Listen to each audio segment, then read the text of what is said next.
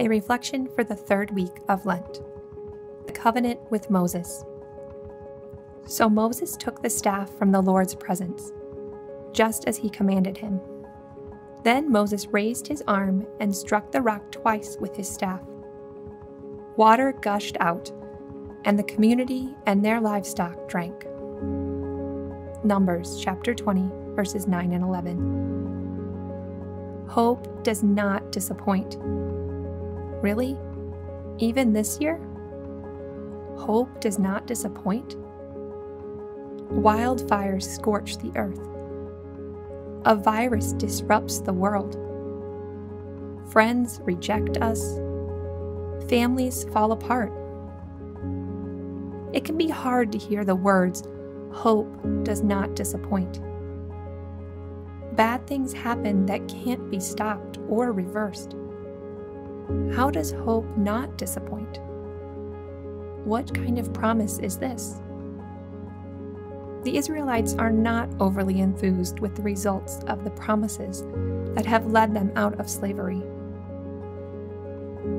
Surely, they were not expecting to wander thirsty, hungry, and tired in a wasteland for years on end. Similarly, in this endless pandemic season, we have been called to let go of our expectations. We settle for more screen time, more faces disguised by masks in hallways, more changed holidays and traditions. Perhaps like our own, Moses' frustration is clear. What shall I do with these people? What are we supposed to do with this reality?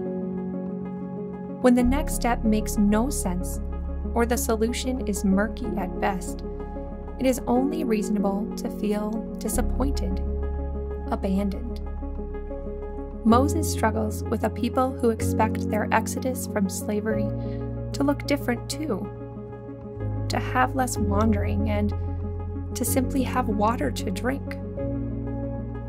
How does one find water, sustenance, when there simply isn't any?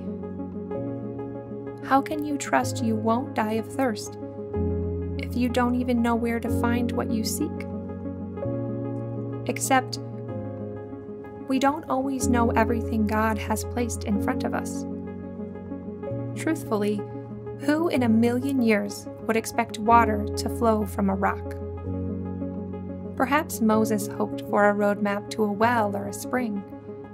Instead, he is told to strike the rock. And, sure enough, water. In the Gospel, we see Jesus and the Samaritan woman at a reliable source of water. Jesus says to the woman at the well, "If you knew the gift of God, if only you knew what God knows." The conversation is nothing she expected, and like her, God gives us what we need, whether we know it or not. Be it water to nourish our bodies for a journey that we don't know the end to, or perhaps not water at all, but living water. Hope for eternal life. God finds ways to provide us what we need to nourish our hope, always. And hope has a longer view than sometimes only one person can hold. Moses never made it. Hope is not always just ours to hold. It is always bigger than us as individuals. Indeed, hope is a shared load held collectively by families, communities, and care teams. We share in it, and we take turns holding it for one another in times when real hope seems lost.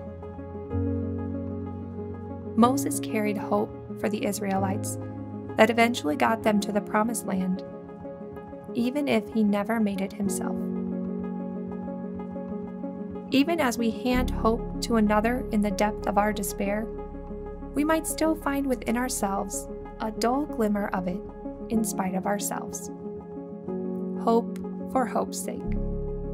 This, too, serves a purpose. This, too, points us toward eternal life, our promised land. Do we know when the gift of God is right in front of us? Who can hold your hope when you can't see it for yourself?